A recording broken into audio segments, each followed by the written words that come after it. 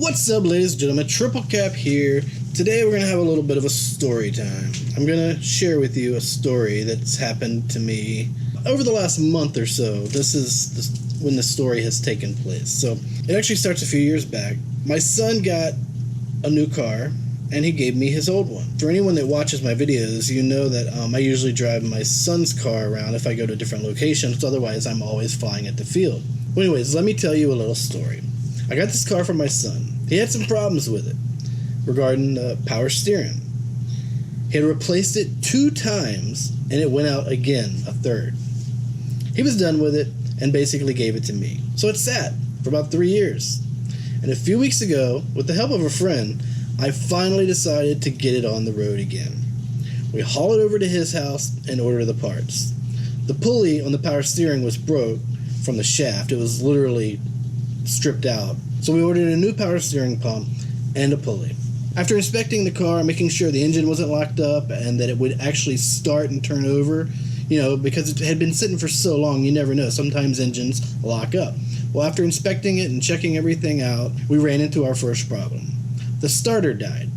We turned the key, and at first it would try to start, but then it just click, click, click, click, almost as if the battery was dead. That was our next thought, so we hooked up a charger to make sure the battery was getting plenty of juice, but ultimately the starter had went out. So we ordered a new starter, and the next week we replaced the pump and put the starter on. We go to turn it over, and it starts to turn over. It doesn't quite start yet, so we spray it with a little bit of starter fluid and give it a couple more tries, and finally the car ran for the first time in 3 years. So of course, the next thing to do is to test drive it. Alright, so I'm excited to finally have the car running. I took it for a test drive. Before I took it down the road, I noticed that the brakes, they were going to the floor. We assumed it needed some brake fluid. I was just taking it down the road to test it. It was a little dirt road down by my friend's house. They have it's about a quarter mile. Actually, if you consider the whole road, it's probably about half a mile. But it's a long dirt road, and I was just going to drive it down to the end of the dirt road and bring it back. So that's what I did. I proceeded very carefully. I drove it all the way down to the main road, turned around, headed back. It ran superb. Engine, transmission, with the exception of the brakes, all seemed well. The power steering was also still whining just a little bit, but it did have power steering. I slowly pull into the driveway, and as I'm coming to almost a complete stop, of course the brake pedal is pretty much to the floor, but I'm not like slamming it down or anything, just slowly stopping. I hear an alarm going off. Ding, ding, ding, ding, ding, ding, ding, ding, ding. I'm completely parked now. The car is literally in park. I'm looking around for a light to tell me what the hell that alarm is, and suddenly the horn starts blowing. Burp, burp, burp, burp. And then it steadily blows. Burp. And within a few seconds of it steadily blowing, it happened. The driver's side airbag exploded in my face. Boom! There was a white cloud of chemical nastiness, and it was just everywhere, and it scared the hell out of me, and it was just crazy, because I'm sitting here parked in my friend's driveway, and out of nowhere, the airbag explodes in my face. Come to find out, the alarm that I was hearing was the airbag light. I did finally find it in the left of the corner while I'm frantically looking around and getting exploded in my face. There was no crash. There was no sudden change in acceleration. I was pushing the brakes to the floor, but not in a forceful or frantic way. When the bag blew, I was parked. Luckily, other than some minor burns on my arm, there was no injuries. I did survive. These things do kill people, We couldn't figure out why the airbag went off, but I was happy that the car was running. As we were looking over the car, we found a leak in the power steering high-pressure hose.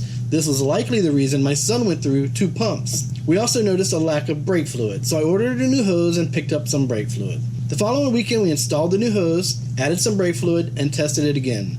Of course, I now have PTSD from randomly exploding airbags, but I reluctantly jump into the car, get behind the wheel, and take it up the dirt road.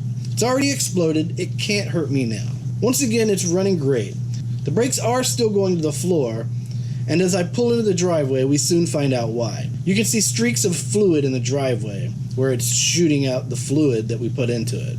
After inspecting, we found a leak in a section of the brake line under the rear passenger door. Otherwise, everything is good. Power steering is great, and no longer leaking. So all we need to do now is fix the brake line, which is no big deal, and of course figure out what I'm going to do about this airbag thing. I definitely don't trust it.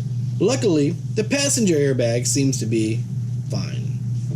The next weekend we replaced the brake line, all is well. I drive it home.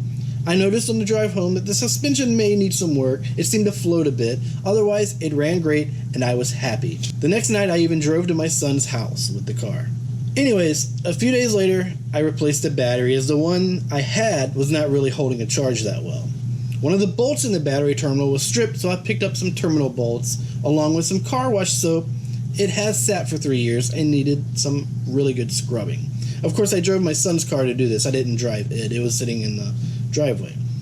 Anyways, after I changed the bolts, I proceeded to wash the car. I scrubbed it down real good. It was looking very nice. It hadn't looked this good in a long time, since the day my son got it probably. I decided to hop in, start it up, let it run for a little bit, and I sat back in the driver's seat and was relaxing, looking at my phone, and then all of a sudden, it happens again. The passenger airbag explodes, destroying my dash and blowing out the windshield.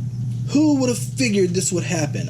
Not once, but twice. An airbag exploding in your face while you're parked. Now, why didn't the passenger airbag blow up the same time the driver's side did? You know, I kind of thought it was going to be okay because I figured if it was going to go off, it would have gone off then, right? Wrong. It decided to go off almost 3 weeks later while parked in my driveway. After thinking the car was going to be fine, we're going to probably jerry-rig some airbag in there, you know, so it'll pass inspection.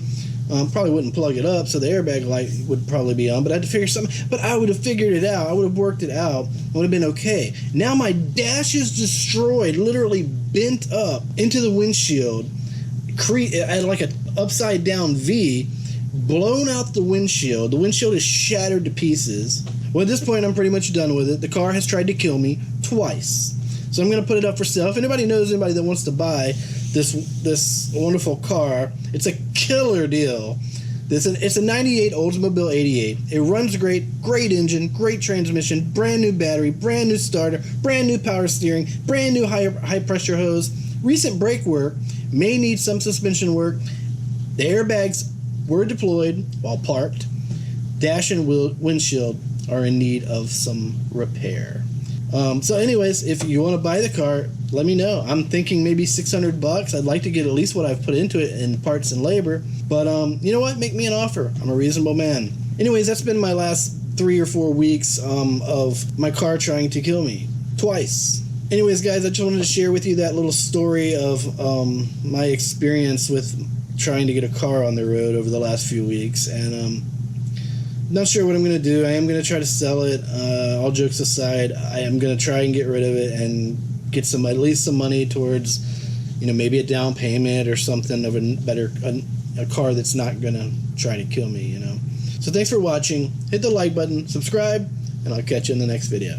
Cap is out.